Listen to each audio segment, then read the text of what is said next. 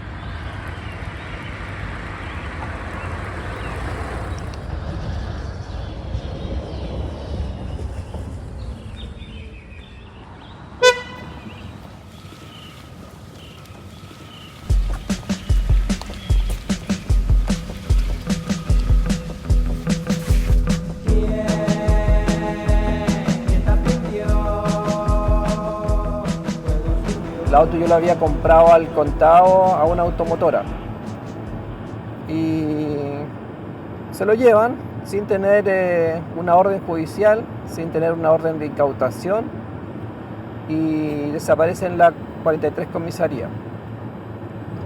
Así que hicimos la denuncia respectiva y con mi abogado Hernán Valdivia nos dimos cuenta que habían 2 carabineros de altos cargos del OS9 en servicio activo que se habían traspasado el auto no teniéndolo en su poder, mientras yo ya lo estaba conduciendo y lo tenía en mi poder.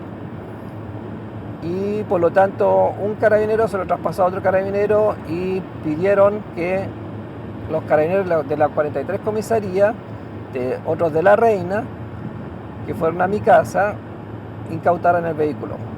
Y en realidad fue una incautación ilegal porque nunca hubo una orden de incautación, sino que fue todo a través de amiguismo, a través de haciendo abuso de su condición de funcionario público.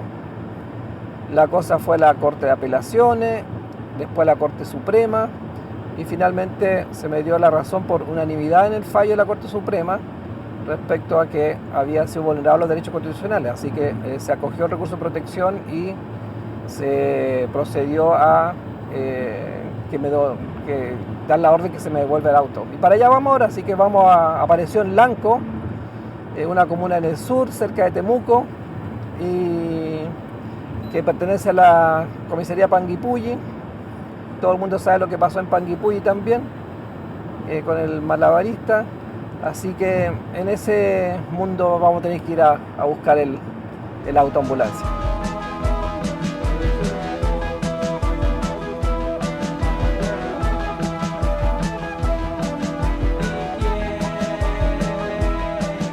No sabemos en qué condiciones está el auto, ni qué papeles tiene, ni qué le hicieron, no sabemos nada. Y si yo no tuviera los medios económicos para ir a Lanco, simplemente no lo tengo de regreso. Porque el abogado trabajó absoluta y totalmente gratis. Así que Ahí el abogado Hernán Valdivia fue el que ha hecho todo este periodo un trabajo de solidaridad con nosotros, con el fetus, y si no tuviera ese recurso nunca hubiese podido recuperar el auto, jamás. Llevamos casi 2 años en esto, imagínense, pagar un abogado durante 2 años, de enero de 2020, imposible, pues. Entonces cualquier otra persona no hubiese tenido todo este tiempo plata para pagar un abogado y no recupera el auto. Claro. Y uno dice, bueno, a lo mejor fue una estafa común y corriente, pero llama la atención que sea tan dirigida que en un día, desde que se pidió supuestamente la incautación, hayan llegado en un día a mi casa, en un pasaje cerrado. La orden que finalmente obtuvieron de algún fiscal, la obtuvieron al día después de la incautación, y desaparece la 43 comisaría tremendamente cuestionada en temas de derechos humanos, y son 2 carabineros en servicio activo. Entonces hay demasiadas coincidencias que a uno le hacen pensar que esto obviamente también tiene relación a lo mejor con el estallido social.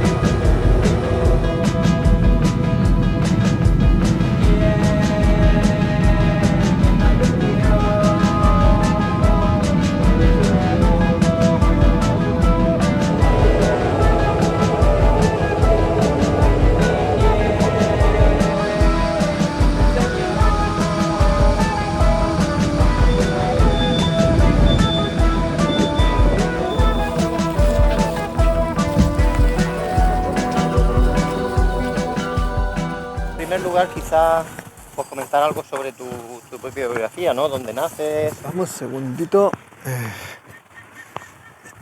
Ya.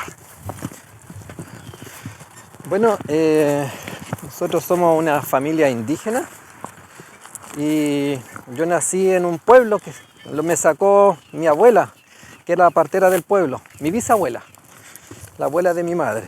Ella era la partera del pueblo, en un pueblo que se llama Villaseca. Y ahí fuimos criados los 3, emigramos a Ovalle por razones de trabajo de mi padre, que es la ciudad que queda cerca. Y después de eso, el 73, mi padre era carpintero y mi padre fue detenido por su vinculación con la Unidad Popular. Estuvo 3 años y medio detenido, torturado. En ese lapso que él fue detenido, se robaron a mi hermana Corina, que tenía en ese entonces 3 meses de edad, desde el hospital, que hasta el día de hoy está desaparecida. Y después de 3 años y medio mi padre fue liberado y le cambiaron la condena por exilio. Después, cuando viene el Papa a Chile, empiezan a aparecer las listas de los exiliados que podían volver. Eso fue el 86. Y entre ellos apareció mi padre, que podía volver nuevamente a Chile, así que ni más ni menos, pescamos todos nuestros bultos, cerramos toda la historia allá en Alemania y ahí volvimos todos y volvimos nuevamente a Ovalle. Y después de eso yo hice mi historia académica, estudiantil acá en Santiago y me quedé acá. Una de las cuestiones que nos interesa es vinculada con las razones por las que protagonistas de la revuelta se involucran, ¿no? De una forma o de otra. O sea, si hay, por ejemplo, una razón, algo que te genera rabia, que tú dices, necesito participar, si es una razón humanitaria, en tu caso también, ¿no? Por hacer la labor médica, entre otras, o si es una motivación política también, o ética. Yo creo que primero no empecé a participar en lo social por el estallido social. Esto empieza mucho antes. Yo recuerdo cuando fue el movimiento de los pingüinos, asistí a la huelga de hambre de los pingüinos. Se habían tomado el colegio en Buin, por ejemplo, para el terremoto del 2010. Estuve ahí en la Villa Olímpica asistiendo como médico en la Junta de Vecinos. Entonces esto viene de mucho antes. Yo hice un juramento hipocrático en el cual me obliga, no es un conceder, es mi obligación como médico ayudar, y entre eso ayudar está también el ayudar a que los pacientes tengan los derechos sociales. Sin derechos sociales no hay salud, y eso me obliga por lo tanto a estar comprometido. Lo que vino después del estallido social es una agudización de esa lucha. Creo que, y no podía estar fuera, si mis pacientes estaban ahí peleando, ¿cierto?, cayendo, no podía estar fuera de esa lucha, y por lo tanto justamente por eso me comprometí en turnos, en Brigada de Salud, en Plaza Dignidad, en Lo Hermida, y es lo que tenía que hacer en ese momento, no lo vi de otra manera. ¿Recuerdas el primer día que estuviste en una de las protestas? Sí, de acuerdo. Venía yo del trabajo, por una extraña razón había que buscar a mis hijos y toda mi familia estaban, ya vamos yéndonos a casa, desde el sector de Providencia, íbamos en el auto, de repente en Irarrázaval nos topamos con una marcha. Y claro, ya habían empezado como a haber efervescencia del metro, ¿cierto? Los estudiantes con el metro, con la evasión masiva. Y me topo con esa marcha. Yo dije, chicos, bajémonos. Y nos bajamos toda la familia y paramos el auto y empezamos a marchar al revés. Empezamos a marchar con la marcha hacia el centro, era hacia Plaza Dignidad. Y fue la primera concentración que tuvimos. Me puse mi vilcha, ¿no? De guerrero, y después de eso, ya yéndonos, dijimos esto está para grande, así que vámonos a nuestro territorio, que era Peñalolén. Nos fuimos para allá y había un paradero donde había gente esperando micro que no pasaba nunca, porque ya se habían acabado incluso las micros, estaban ardiendo algunas micros. Entonces yo vi a un caballero con un niño que estaban ahí en un paradero solitario esperando micro y decidí parar. Y le dije, caballero, ¿para dónde va? Y me dijo, voy hacia la Florida. Lo subí al auto y nos fuimos por las autopistas rápidas y lo fui a dejar a la Florida, que no quedaba nada cerca de donde yo estaba, avanzamos mucho.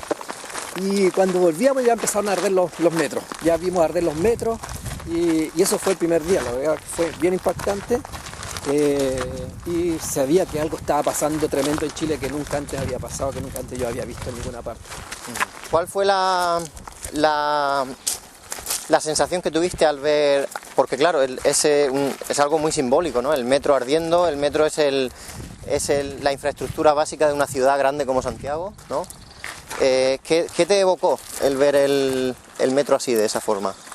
Independientemente de lo que uno crea, quién finalmente como el metro, que hasta el día de hoy no está claro, lo que muestra es cuánta energía estaba acumulada en esos 30 años, que siempre se dice no fueron 30 pesos, sino que 30 años, y lo que provocó, la rabia que provocó, es lo que me impresionó, la tremenda fraccionamiento que había de una sociedad, de un pueblo entero, versus una élite, y que se reflejaba ahí, en el metro, que es lo que usamos a diario, ¿cierto? Y que los demás no usan, eso es claramente. ¿Qué te llevaba en ocasiones? Porque has comentado que estabas en ocasiones en Plaza de la Dignidad y en ocasiones en Lo Hermida. ¿Qué te llevaba a estar en un lugar o en otro? Era fuerte porque cuando estaban, sobre todo los días viernes, que era más fuerte, pero antes era casi todos los días, salía de la pega, me iba a Plaza Dignidad, atendíamos heridos y después la noche seguíamos en Lo Hermida. La noche salíamos a la 1, 3, 4 de la mañana, en cuanto nos llamaban estábamos en un chat de WhatsApp del Salud, que hasta el día de hoy estamos ahí, y había que partir en cualquier horario. Y justamente en esa situación ocupé mi auto como autoambulancia trasladando a la gente. Entonces era estar en alerta, vigil y también preocupado casi las 24 horas.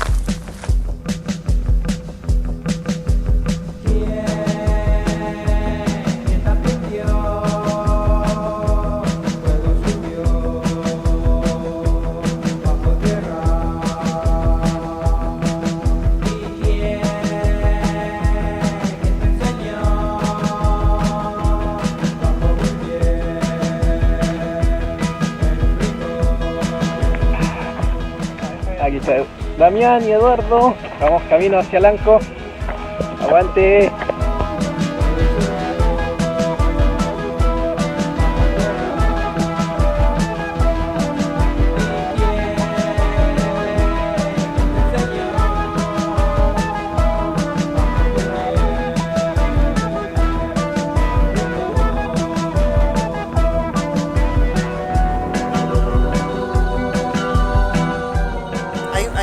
que siempre me ha llamado la atención y la he discutido con Eduardo, que es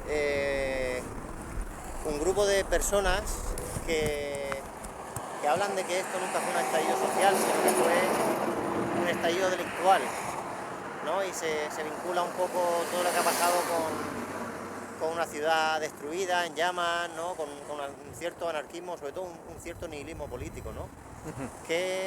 ¿Has escuchado tú ese tipo de críticas? Sí, claro, son habitualmente de los sectores que están más acomodados. Además de eso, tiene que ver con que no se valida la violencia del pueblo, pero sí se valida la violencia del Estado. Entonces, las barricadas producen humo, producen fuego, es verdad, pero a veces son la única forma de defenderse cuando viene un carro policial y atropella a los manifestantes.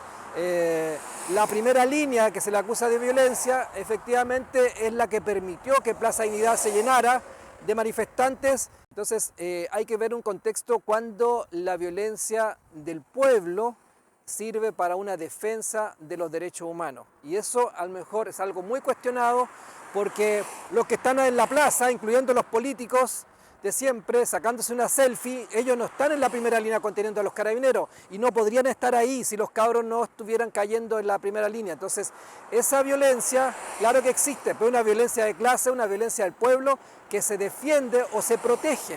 Y creo que la violencia que se usó en el estallido social fue básicamente de protección. Y efectivamente le tiraban piedras, le tiraban palos, hacían barricadas, pero no vimos fusiles, no vimos pistolas, no vimos de ninguna manera una violencia que estuviera injustificada.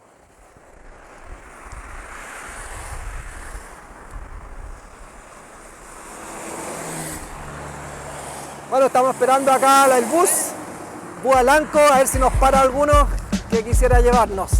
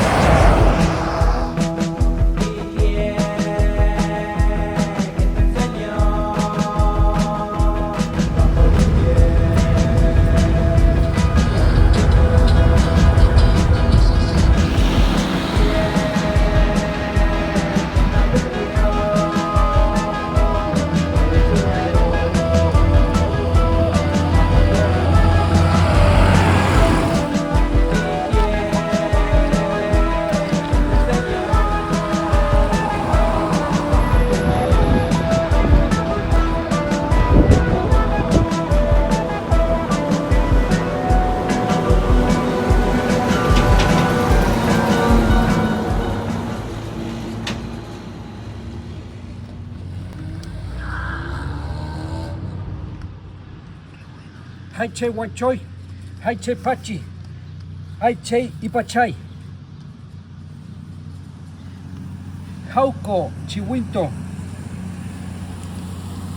Hayam Chicaco, Tancolsa, Hayam Chicaco, Tancolsa, Auco, Arayay Cortés, Haiche Chinchi Damián, Haiche Chinchi Eduardo. Chuclisajo, Chuclisajo, Chuclisajo. Haiche.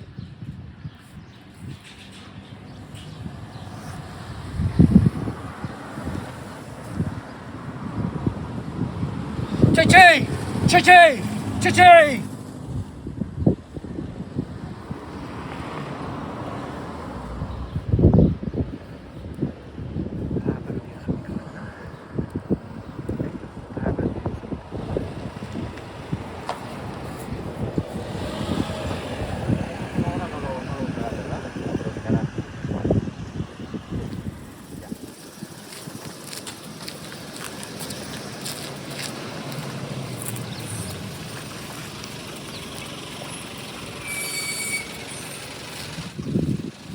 Llegamos a la comisaría Blanco, así que ahora vamos a proceder a sacar la autoambulancia. Chey.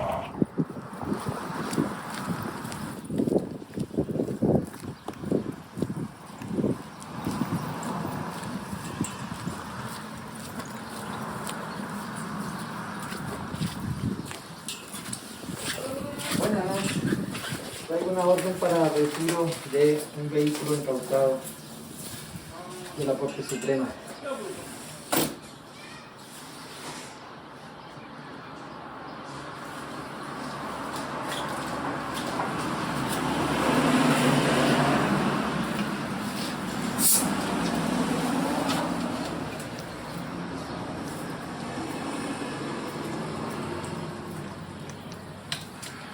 ¿Alguna impresión? ¿Tú crees cómo nos va a ir bien?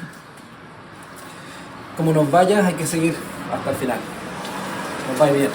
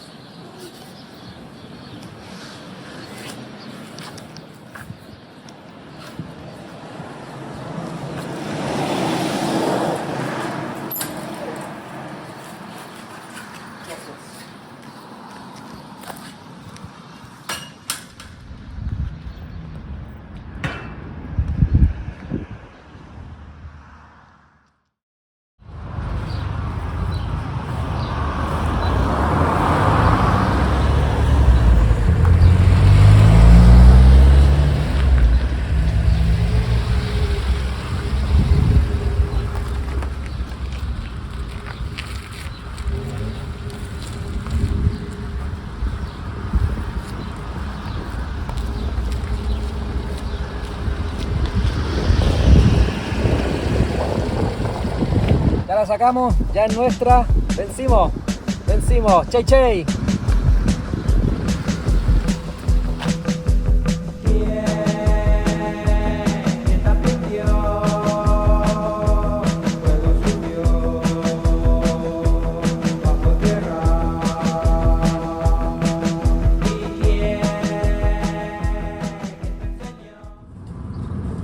Bueno, un poco las impresiones, por LC.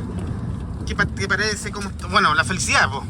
Mira, estoy contento, sin embargo, entiendo todo lo que significa como gesto simbólico el haber sacado este auto de la comisaría. Es un gesto simbólico porque es un auto que participó en las luchas sociales, un auto que participó en el estallido social y que hoy recién, después de casi 2 años, recuperamos.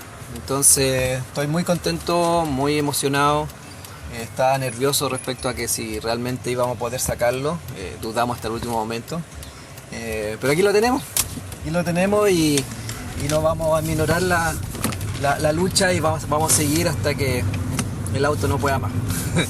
Así que no, feliz por todo, feliz por mi familia que me acompañó, mi abogado Hernán Valdivia, y darle las gracias a ustedes por acompañarme en esta travesía que ha durado todo un día, así que ha sido una odisea llegar acá a Lanco, un hermoso pueblo, y tener esto nuevamente en nuestro poder. Oye, entendiendo un poco lo que veníamos hablando de la violencia como más institucional, esta forma de violencia que coarta también la organización, ¿no es cierto? Mira, estos son formas de violencia que a muchas personas que no están metidas en el tema del diario vivir tal vez no dimensionan el daño que produce, por ejemplo, que lleguen una patrulla de 5 o 6 carabineros a tu casa a un horario cualquiera y se lleven tu auto en una grúa, que pregunten por ti, que griten en el pasaje ayuda a vos tu nombre y que todos los vecinos crean que eres un delincuente. Esa violencia uno no lo entiende. Que después se haga parte incluso el Consejo de Defensa del Estado contra uno, que después se haga parte incluso el Ministerio Público, la Fiscalía contra uno, y tengas todo el Estado en contra tuya, eso tampoco se dimensiona. O sea, el Estado que debería protegernos es el que termina vulnerándote, y esa sí es violencia. Y claro, yo lo soporto bastante bien, estamos acostumbrados y estamos dispuestos también a tener los costos que ha significado, pero hay otras personas y el daño que eso ocasiona a mis hijos, a mi gente, a mi vecino, eso no se dimensiona, y eso es violencia, profunda violencia estatal. Oye, ¿cómo nos ha sorprendido mucho y gratamente la preparación que has hecho. O sea, desde mi punto de vista personal, emocionalmente me ha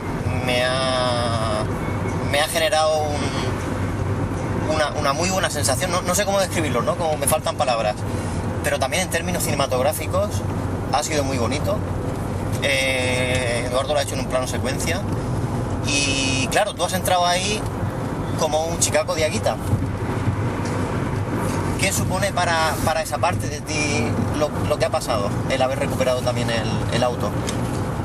Mira, Damián, el chicaco es un guerrero, y el guerrero no es nada sin sus ancestros.